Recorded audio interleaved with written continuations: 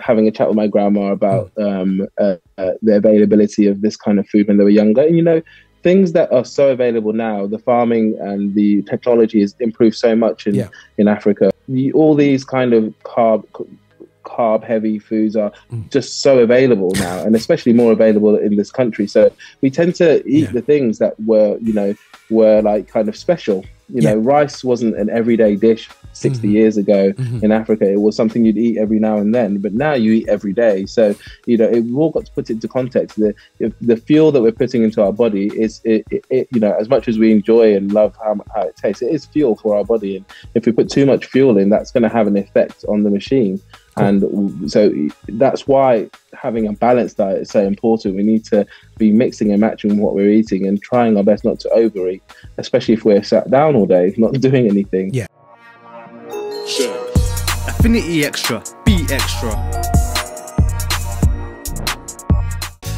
Yeah. People, this is boy here, Roger Moore here on Affinity Xtra, celebrating gospel musical black origin. I am on a series with the NHS. We're going on a journey here, meeting some amazing health professionals, and we're here to meet another doctor, you know what I'm saying, Dr. Sam Botchey, and we appreciate his time, and he's going to hit a subject which I love talking about. That is fitness. You know what I'm saying? Keeping your body, and it's not just about guys having pecs and stuff like that. You know, we all want that stuff. We all want the biceps and whatever, but I'm sure it's more than just that anyway still. So that's not the subject we're going to be dealing with today, how to get the biggest muscles out there. That's another, fast for my other colleague, Body Sharp. But today we're focusing on health and how it affects physical health, how it affects everything anyway. So, but we're going to go and lead onto the specialist right now. Sam? Thanks a lot. Or you introduce Roger, yourself. thanks a lot. Thanks for having me. No worries, man. My name's Sam Botchey. I'm a specialist in sport and exercise medicine, and I work as a doctor in the NHS, practicing in that field. Brilliant. Growing up, you know, it's quite ironic, bro. Yeah, growing up, when it came to sports and fitness, the news we got to a role like that was being either a PE teacher or physio, you know, and it's a lot more deeper than that. My son studies psychology and sports. He's studying into it, yeah. And now, is it a recent thing that we're actually looking into sports and sports science and bringing it into the realms of the NHS, or is it something that's always been there we're just not aware of? So no, it hasn't always been there, and it's actually relatively recent. And when I say recent, I mean in the past sort of 20 years or so, the specialty has been developing. And I think especially with the 2012 Olympics and things like that, there was a real push to push the nation into having more of a thought into how can we incorporate physical activity as part of medicine in general.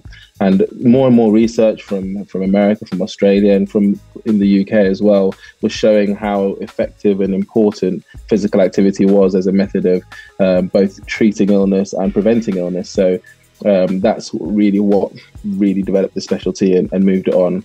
Listen, there's always been sports medicine doctors of a way. You'll see many of us working in football and sports clubs, but the more important work that we do is actually within the NHS, helping the everyday person who might want to grow their pecs or actually just wants to get fit so that they can lift their children up and do the day-to-day activities and not get diseases.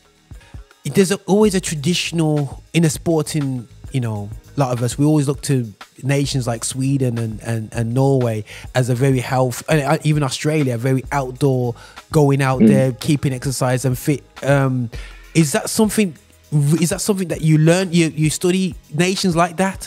Is that something, because you mentioned other nations? Yeah, we do. We study how the effects of public health policy affect both health outcomes and health inequalities. So we look at things like, you know, the physical activity incorporation in schools, the bike lanes that are put in places like Amsterdam, the enforcement of having to do physical activity in certain places, like even China, how that affects the health as a nation is really important, because those statistics help us in our projects that we do here in the UK. So we were trying to run a lot of the same things, the effective things that come from those nations. So we aren't the best. We're probably in Europe, we're quite low down in terms of our levels of physical activity.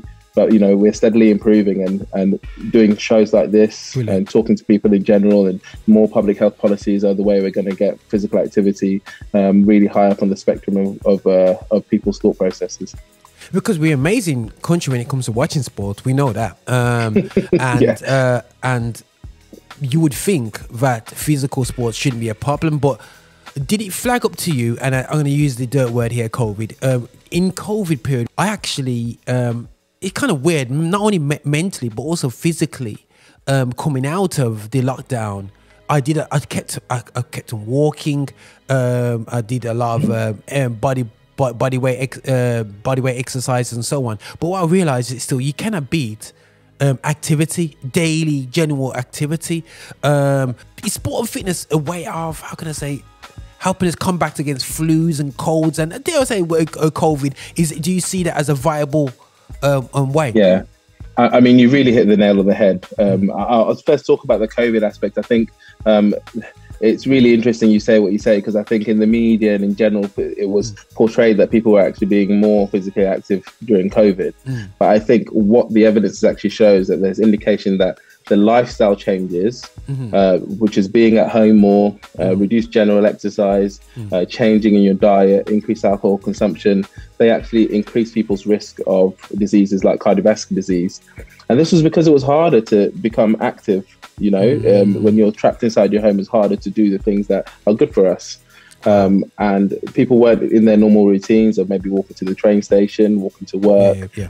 All these things gradually reduced the amount of physical activity that they were doing. And so COVID has actually had a really big impact on the physical activity of the nation and the availability of physical activity.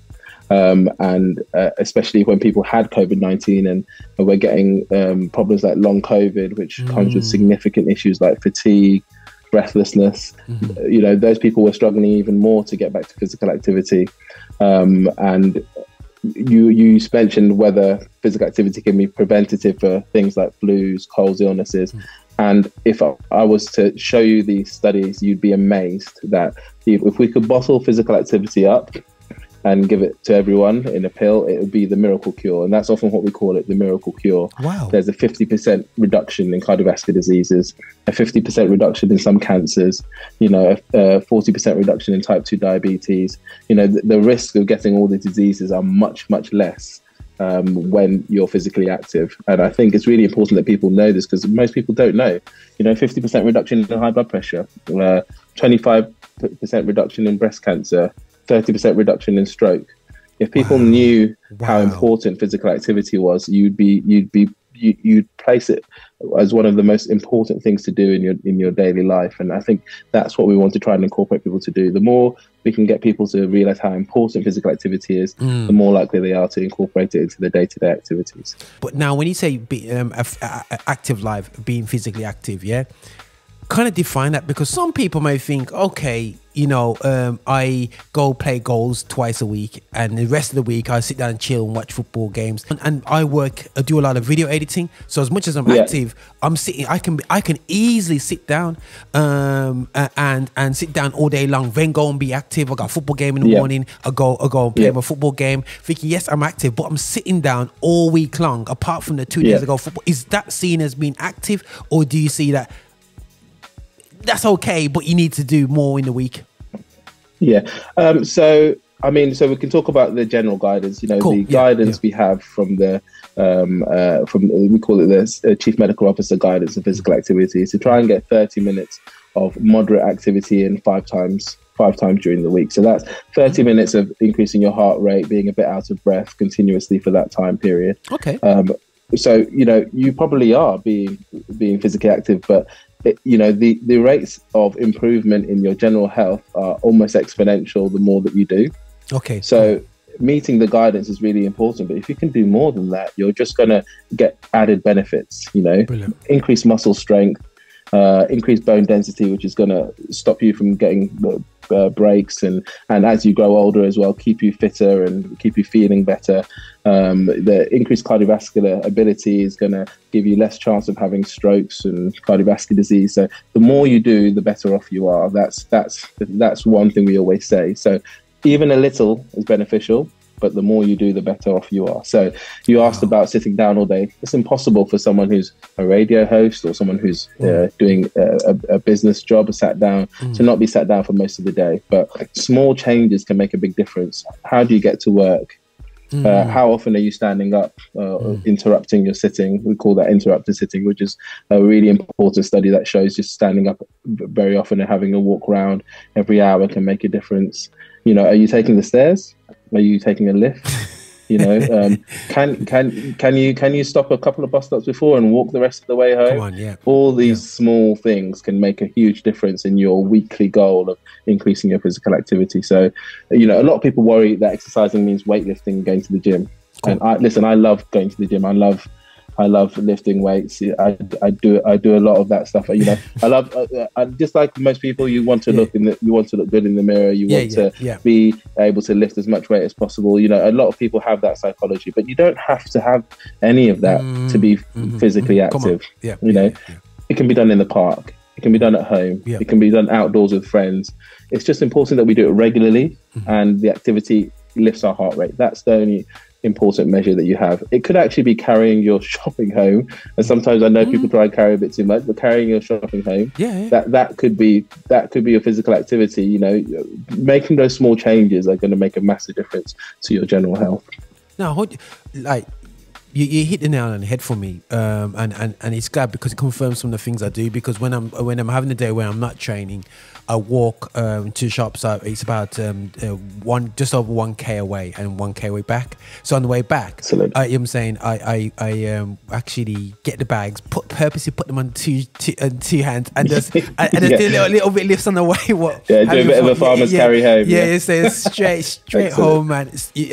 And you know what? It builds up the heart rate, and the funny, because my trainer, we both connected on the Apple Watches, and he kind of goes, "Oh, that's good." You know, I'm thinking I'm going for a walk, but no, it's good just to keep every day, just to get the blood circulating, and it was really good for my cardio. Doing a lot of walking when COVID was there, it was just a strength that and there's just something missing when I missed actually playing the game. Football, missed going to the gym and having a PT shouting at you going, no dude, because you can do 10 press-ups in front of a YouTube video, but when you got 10 press-ups with somebody over you going push, it's a different I use a personal trainer myself, but you know, I can afford one, and so not everyone can afford personal trainers. 100%. I do think doing things in groups or with group someone exercises. Training you is really important, because you're more likely to enjoy it.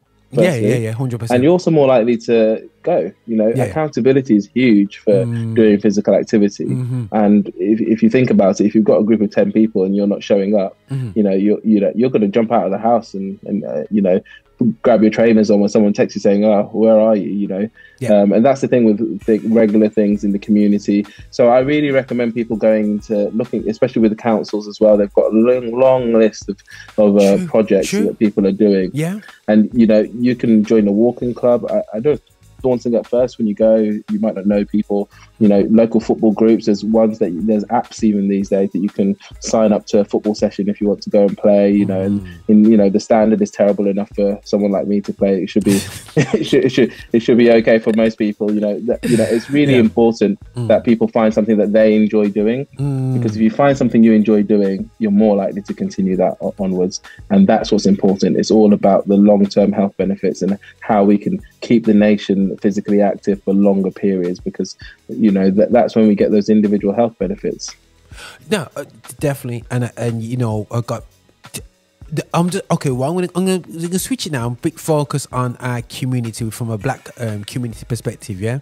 Right now, obviously, we watch things like the football, the World Cup. We see so many fit and healthy. You know, I always call my Senegalese brothers. They're like the giants of West Africa, man. They're like 7 foot tall, like black, and all got bald heads, and they're all these big, massive, tall dudes, and like physically they take up pecked out like crazy. Absolutely, and we look like, we all look like that, but we actually don't all look like that. And I struggle within our community because I actually think we're not active enough.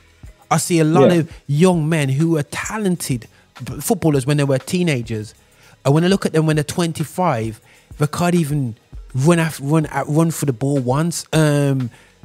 Is that a community or is that a wider thing? As soon as I turn 16, there's just literally not enough activity out for them to plug into. They are out there, but it's not in our culture to push that way. We have a huge problem in this country with health inequality, and that is most stark in ethnic minorities.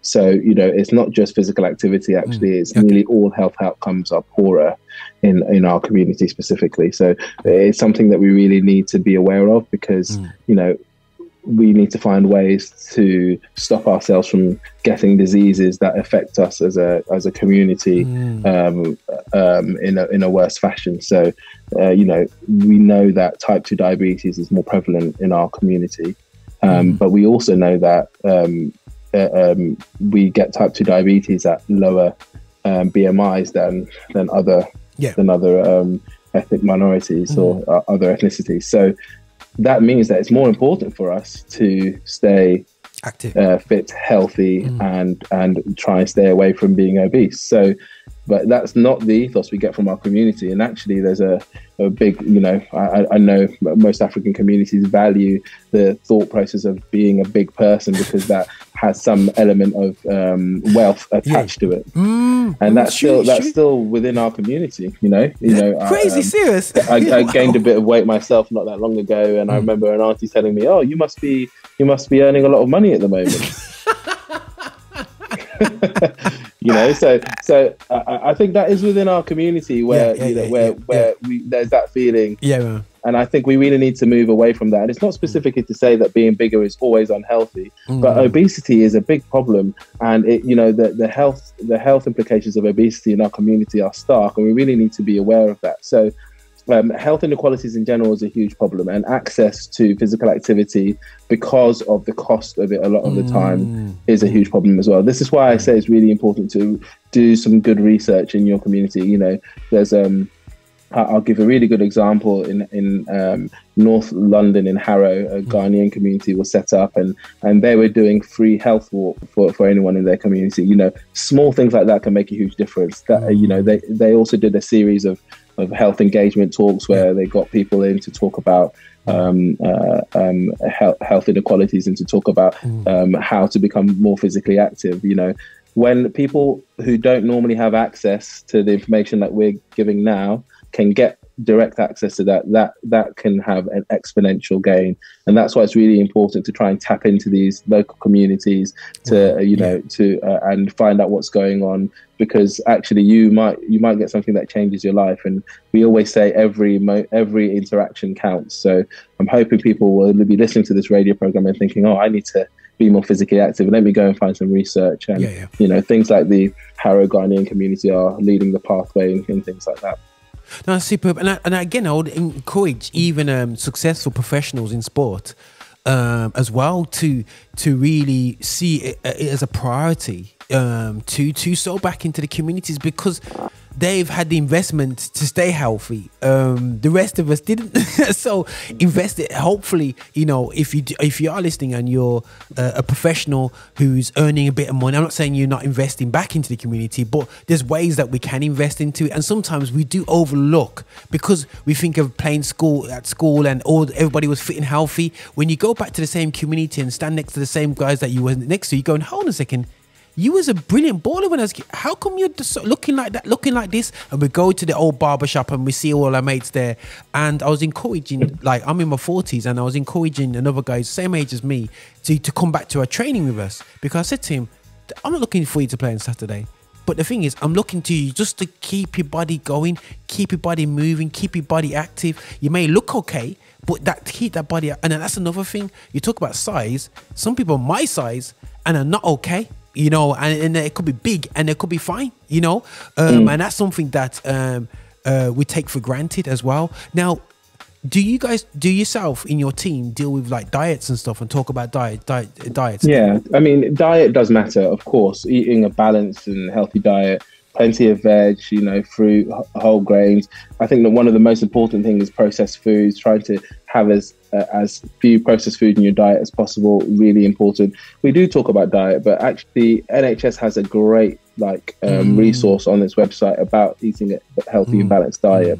I'm just in the midst of discussing with them about how to make that relevant to our communities, because I think a lot of the time when you see the plates that they put on with, you know, a load of the Jollof veg rice, and a load of the pastas and you know, and all that kind of stuff. It's oh, no, you know, no, someone our eyes just glaze over it because you know we can't automatically equate that to how much jollof plantain and you know, or how much meat we should be eating. It's difficult to match our diets to those, but we you know, we can automatically see that maybe there's not enough green in our plate. You know, maybe actually we're having way too much of the jollof rice in our plate. There's small changes like that can make a big difference. If you're looking for weight loss in particular, diet is probably the most important thing. But actually, you know, for us as a general population and general health, not just weight management, fitness is just as important, if not more so, because the things you can improve with fitness are exponential. Diet can improve your weight, can improve your health in general, but if you're looking to improve your total health, you really need to get outside, get walking, you know, get off that chair, stand at your desk. All these sorts of things are going to be really helpful. No, it's absolutely brilliant talk. Like I said, I've said many times on my podcast in the past, and I go to church to this very day. But one thing I get highly discouraged when I was younger to start playing football. You know, start playing football, focus on that. Now people go, oh, you still healthy, you still looking good. Yeah, because I didn't listen to you and I carried on playing football. And you know, for me it's interesting because you talk about diet. It's again the foods that we love, like the jollof rice, sometimes the rice and peas, and some certain foods that we do have, not some rice and peas itself. If you take it to the context of going back to the home countries, it may not have, we probably wouldn't eat it as much. It would probably be I always go on. Sorry, that's such a good point. I always think back to, you know, having a chat with my grandma about the availability of this kind of food when they were younger. And you know, things that are so available now, the farming and the technology has improved so much in Africa. So you know, they're just all these kind of carb heavy foods are just so available now, and especially more available in this country. So we tend to eat the things that were like kind of special. You know, rice wasn't an everyday dish 60 years ago in Africa. It was something you'd eat every now and then, but now you eat every day. So, you know, we've all got to put it into context. The fuel that we're putting into our body is, you know, as much as we enjoy and love how it tastes, it is fuel for our body. And if we put too much fuel in, that's going to have an effect on the machine. And so that's why having a balanced diet is so important. We need to be mixing and matching what we're eating and trying our best not to overeat, especially if we're sat down all day, not doing anything. You know, there's fuel for activity, and we need to do the activity to compensate for that a lot of the time. You know, you can't out-train when it comes to weight management, especially. You can't out-train a bad diet. So it's really, you know, no matter what you do, you think you can eat McDonald's and run a marathon at the same time. Your weight might stay the same doing that. You know, calories in, calories out is the important thing that we talk about when we're talking about weight management. But really, I don't want people to focus on that too much, because it's the broad strokes of the things that's really important, and that is a balanced diet. You know, everyone actually knows what a balanced diet is. People pretend they don't know. Wow. People pretend they're confused about it, but you know, the truth is we know what a balanced diet is. We know that vegetables need to be, you know, heavy on our plate. Sometimes they're expensive, and that's part of the problem. And that's something we need to address in our communities, that availability of these things in the local shops and things like that. But you know, removing the processed foods and cooking your own food is just as important as well. But diabetes is something that hit me, because I spoke to a friend of mine who is going into a clinic about, you know, he's on the edge of being type 2 diabetes, and he's younger than me at the time, and hopefully he's gone there and done the job. But he used to run for Britain, and I'm looking at for him going, hold on a second. You were like, I remember when you were 5 years younger than me at school, and you were breaking all the records, and then you're not even 40 yet at the time, and you're talking about type 2 diabetes. Are you for real? Like, I was like, Is this how it's going on now? Yeah. What is the NHS is doing? What are you guys putting out there? What programs are you putting out there to help us support us? It's important for type 1 diabetes, of course. I mean, lots of people have type 1 diabetes, have it since they're young, and they've got a diabetes team, and they know a lot about the disease. So physical activity for them needs to be done safely, and they need to be keeping their blood glucose levels in check frequently. But for type 2 diabetes, firstly, the first thing I want to talk about is prevention. So before we get to the stage of having type 2 diabetes, especially if someone's been told that you're borderline or you might be becoming diabetic, that's the time to change your lifestyle as soon as possible. Get your weight down, become as physically active as you can, improve your diet. These are the three things we need to do when someone tells us that you might be becoming diabetic or you're on the borderline. Now, for those that have already got type 2 diabetes, and it is a massive problem in the nation, but especially in our community. As I said before, we get it at lower weights, at lower BMIs.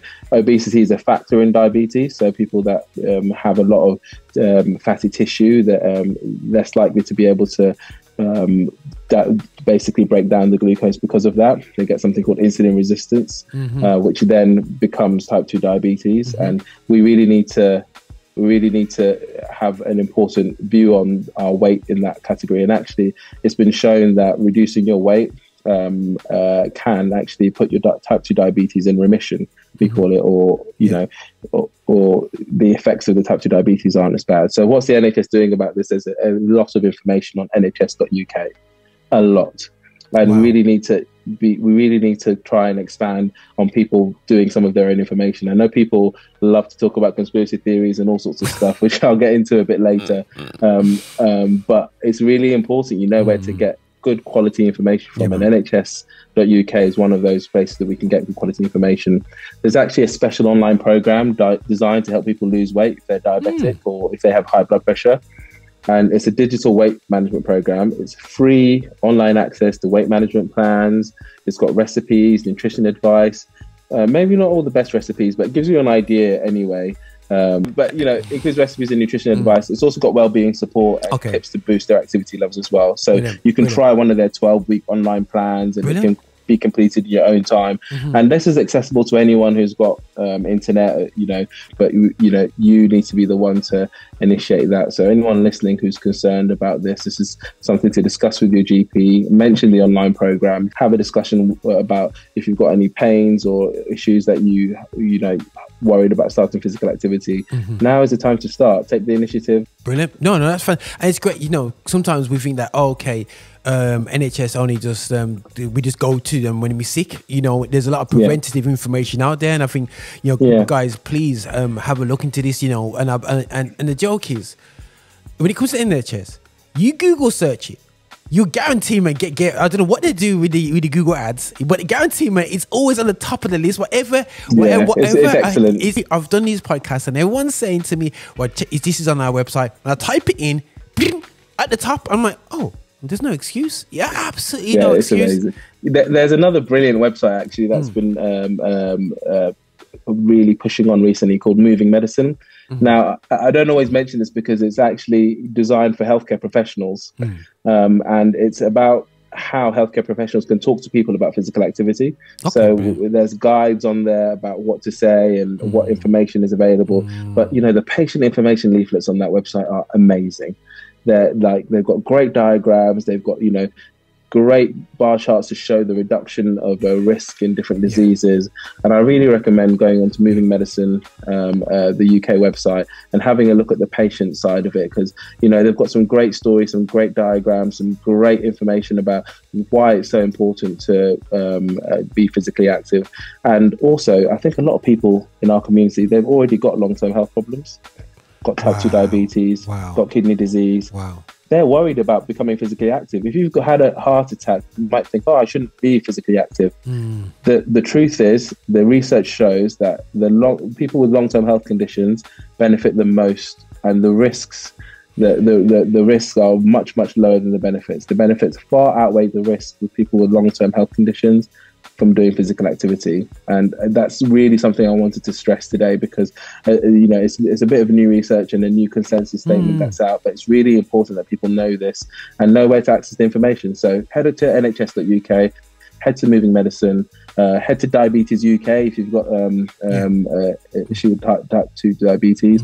That's another excellent service that has a lot of patients who put information on there themselves. So stories as well, you know, people get really involved in Diabetes UK. So these are really great resources that the whole country can use, but specifically our community tend not to access this stuff, and we need to be accessing it if we want the right information. And I remember when I started my journey, because I've always played football in my life, but the gym work is something that I always used to laugh at, because it was just for the guys who want to go to sauna and watch Sky Sports. I used to take the mick out of my friends, but mentally I couldn't get my head around it. And I bumped into this trainer. He said to me about 6 years ago, about 5-6 years ago, he said to me, you know, your muscles start wasting away when you're 40. And I ain't got much muscles. And I'm like, no. You know what I'm saying? So you got to do something to training. I said, in my head, I says, I'm not going to do it. I can't mentally, just to do it 4 times a week, just to get, and then I'll stop after a while, you know. So what I decided to do about 5 years ago is just train with a PT on top of my football, but just once a week on a Monday was I go for an hour, have a PT, and it's not like a personal, the PT's there, Mikey, but there's 4 or 5 of us or 6 as a group. So we do group hit workouts, do different things. That group is really important, isn't it? And everyone, we look forward to seeing each other. We shout at each other, give each other targets and whatever. So I'm so competitive, it's unbelievable. So when the girls beat my, you know, come close to me, I have to push myself a bit more further. Sorry, ladies, you know. But we have a joke, we have a laugh and a joke in the gym, and it just encourages you, a bit like my football, where you just go and you have that team ethos. So that's been great. But what was quite interesting to me is the scope of fitness, how wide it is. So if I go and open it up right now and I look at it, I'm not only looking at maybe a bike ride or a HIIT workout.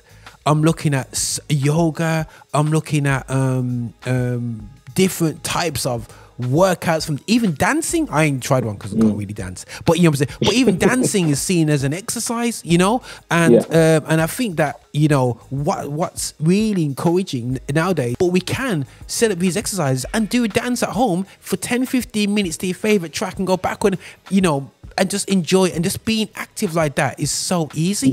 You've made like 3 excellent, really important points there. You know, starting small and manageable. Like, you know, don't do something you hate, do something you really, really enjoy, and do it in small bits first, and slowly increase from there. You know, that could be a Samba class, it could be one of those Zumba classes, swimming, exercise. It could just be popping a video on. There's loads of videos, physical activity videos on YouTube, dancing clips. You know, you are going to burn a lot of calories just doing that for 10 or 15 minutes, you know. And I mean, you've really hit the nail on the head. And nearly everyone has smartphones in this day and age.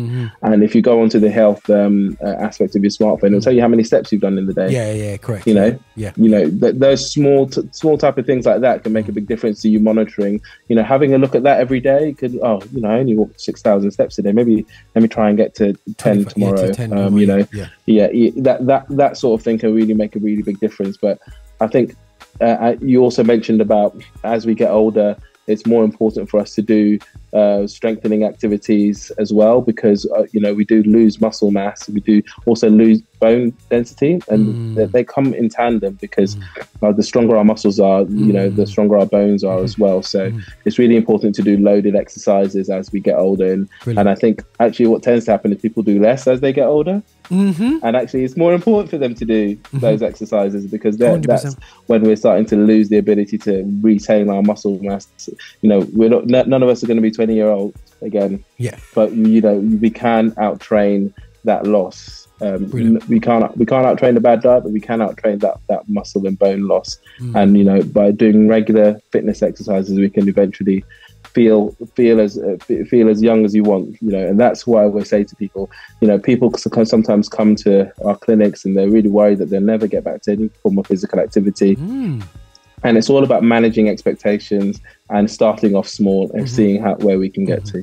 But listen, Sam, I have to just salute you. You hit me with absolute gems all day long, and it's really great. Again, 100%, guys. We're having somebody, I keep on saying, who looks like us, who's talking about our issues, and you can't point at him and saying that you don't care. And I think we care when we see people literally die of a lack of knowledge, and you know what I mean, and a die not only of lack of knowledge because we know we're ignorant, and we don't want to hear any better, and we're seeing our aunties, our uncles, you know, bedridden. You know, do you know how hard it is to see somebody when they get to their 50s and 60s are bedridden? You know what I mean? How hard it is when I'm seeing women limping in their late 40s, you know what I mean, and I can't even run.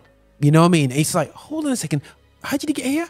Oh, don't worry. And then manage poor fitness, poor physicality for the rest of their life from their 40s. You know what I mean? Right to the 80s. That's not quality of life.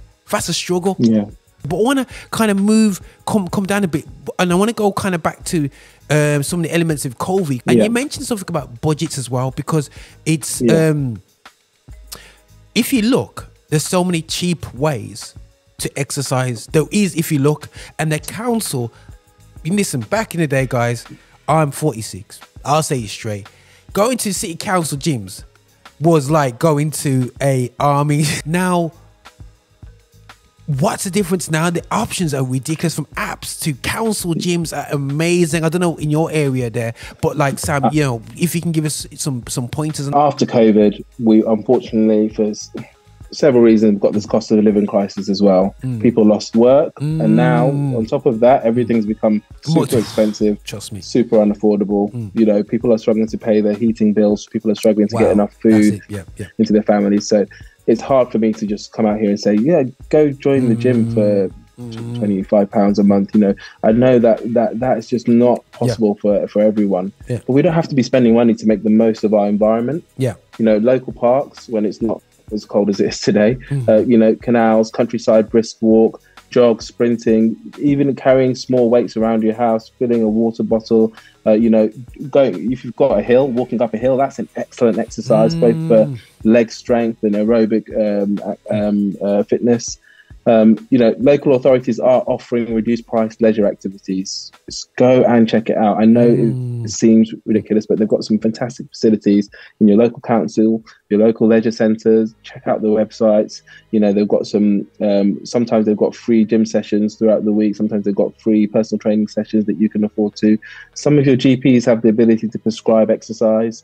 So they can even prescribe you to go to your local gyms as well. Check out if your GP is one of these social prescribers that is able to do that. Crazy. You know, there's a growing number of organisations. I mentioned the associations in my local community where my family is from, in Harrow. You know, the Harrow Youth Community Action Group are doing an amazing bit of work there, and you know, we need to be joining more organizations like this, expanding them, making them bigger, so that we can really affect the local, our own local communities, and also join them up so you can get some of your physical activity done.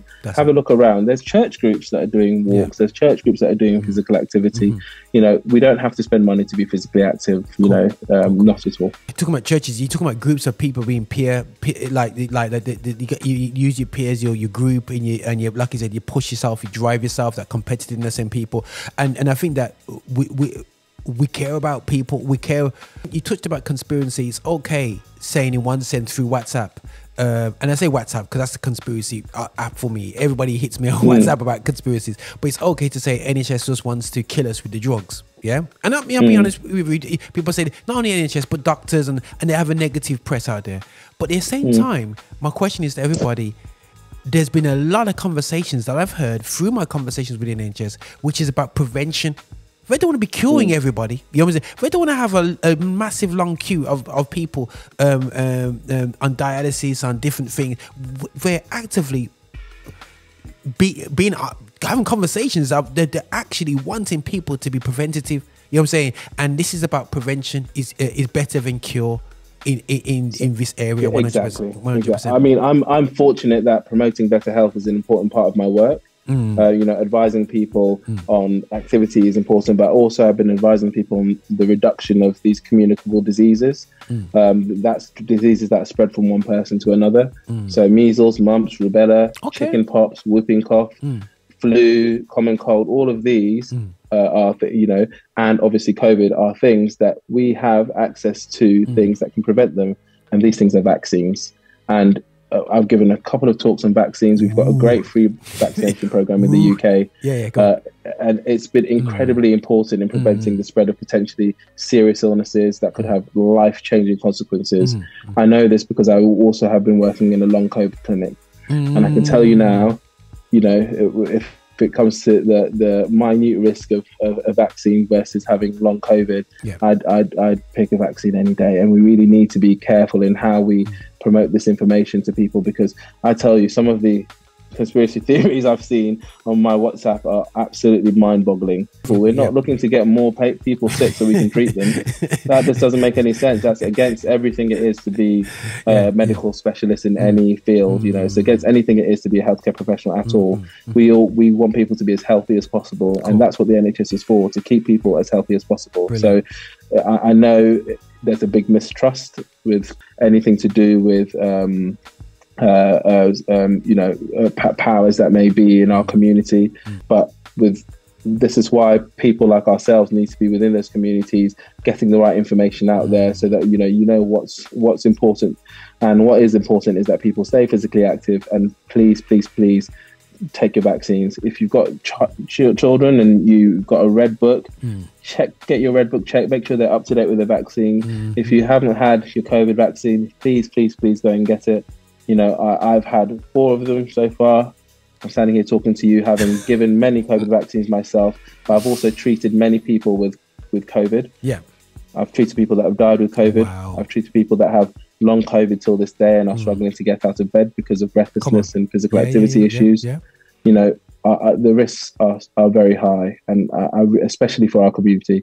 It's a shame that it's worse in the one community that doesn't listen to the information. It's really sad, and that's why I do things like talking to you today, because actually I think it's more important that our community knows this information than anyone else. And we need to be receiving it from the right sources. So please, guys, use the NHS website, have a look at the information yourself, and if you can, go and get a vaccine. And that's something that all your professionals, I've had conversations, been quite open with this, and it's and when I'm talking to like the like yourselves, it's amazing. Until COVID came around, I would take the TB, had to TB vaccines. A majority of vaccines I've had. When you go on holiday, I remember going to Nigeria, and you just go to the doctor, inject me up, mate. Yellow fever, everything.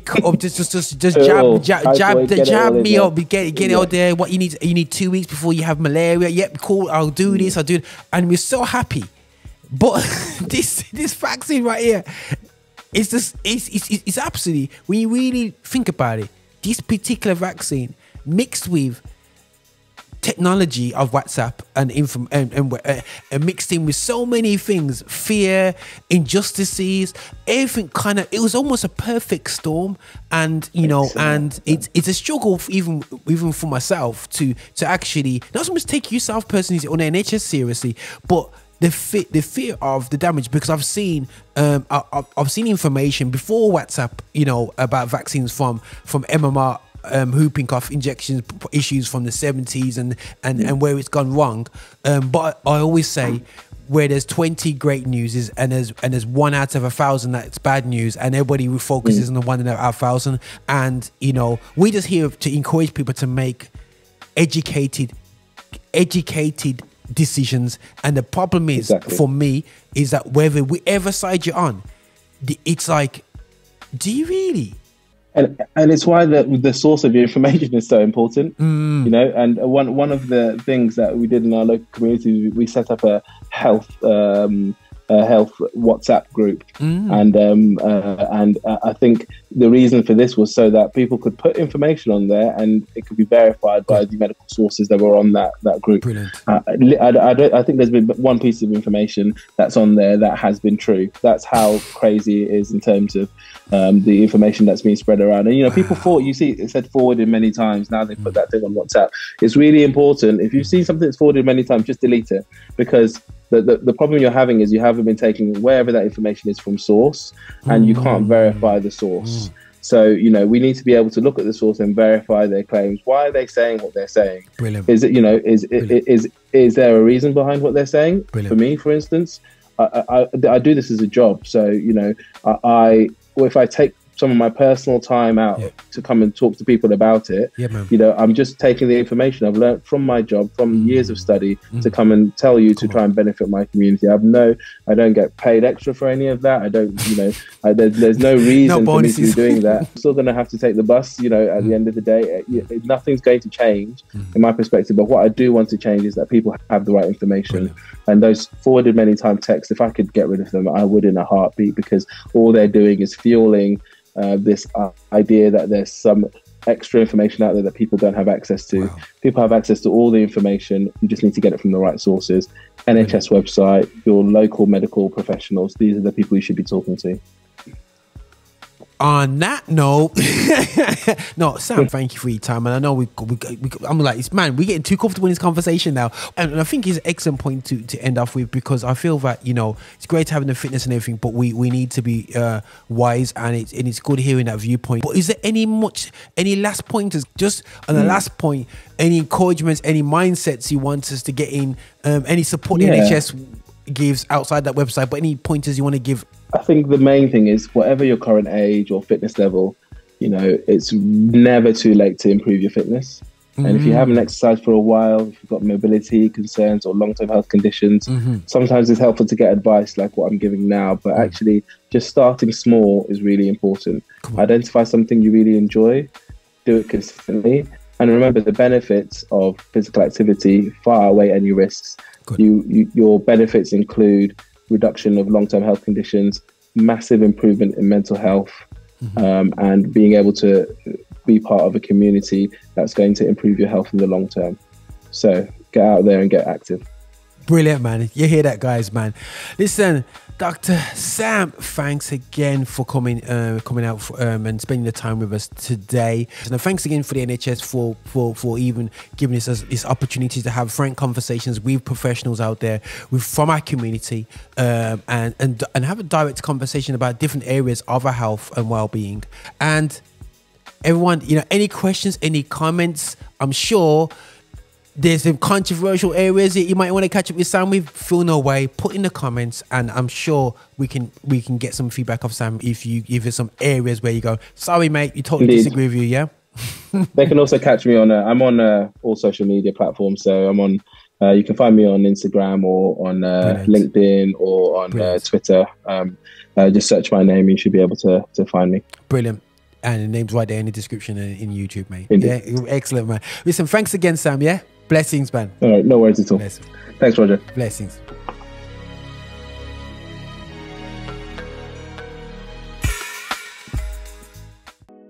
Hey, this is your Bishop. This is your Bishop from Rock Solid. Thank you so much for watching us on YouTube. Thank you so much for clicking and subscribing, and also sending these videos to other people as well.